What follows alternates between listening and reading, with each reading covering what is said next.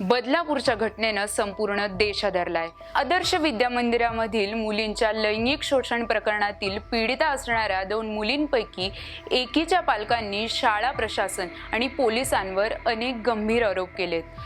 पीडित बालिकेचा वैद्यकीय अहवाल घेऊन शाळेत गेले असता सायकल चालवताना दुखापत झाली असेल असा संतापजनक दावा मुख्याध्यापिकांनी केल्याचा गौप्यस्फोट पालकांनी लोकसत्ताशी बोलताना केलाय। नमस्कार, मी प्रियांका कुलकर्णी, तुम्ही पाहत आहात लोकसत्ता लाईव्ह।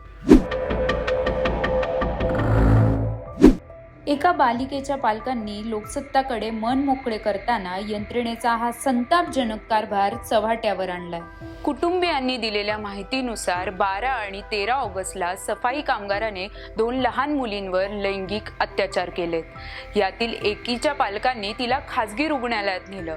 तपासणीनंतर तिच्या गुप्तांगाला दुखापत झाल्याचं समोर आलं। 16 ऑगस्ट रोजी पालक तो अहवाल घेऊन शाळेत गेले, मात्र शाळेने सायकलमुळे जखमा झाल्या असाव्यात किंवा शाळेबाहेर काही घडले असावे असे निरर्थक दावे करत अहवाल फेटाळून लावला। त्यानंतर पालक तक्रार नोंदवण्यासाठी पोलीस ठाण्यात गेले। तेथे त्यांच्या तक्रारीची दखल घेतली गेली नाही। साधी तक्रार दाखल करून घेण्यास 12 तास लावले। अखेर स्थानिक मनसे नेत्यांनी मध्यस्थी केल्यानंतर गुन्हा नोंदवण्यात आला। या तक्रारीतही पोलिसांनी आपल्या वक्तव्यात अनेक बदल केल्याचा आरोप कुटुंबियांनी केलाय।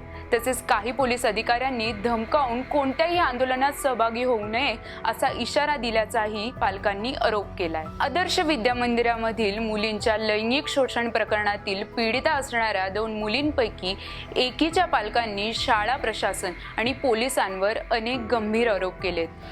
पीडित बालिकेचा वैद्यकीय अहवाल घेऊन शाळेत गेले असता सायकल चालवताना दुखापत झाली असेल असा संतापजनक दावा मुख्याध्यापिकांनी केल्याचा गौप्यस्फोट पालकांनी लोकसत्ताशी बोलताना केलाय।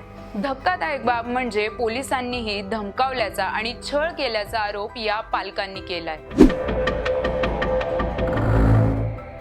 शाळेच्या अधिकाऱ्यांविरुद्ध FIR नोंदवला गेला आहे।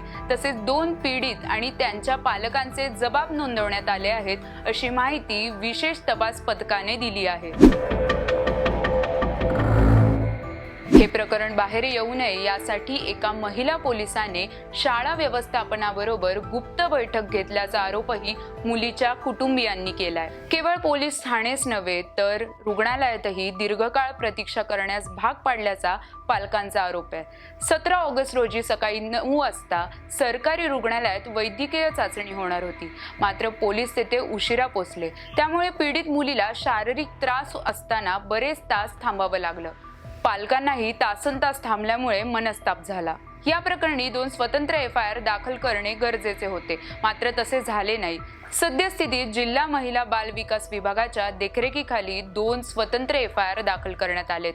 त्यामुळे आरोपीला कठोर शिक्षा होण्यास मदत होईल अशी माहिती जिल्हा बाल संरक्षण अधिकारी रामकृष्ण रेड्डी यांनी दिली आहे।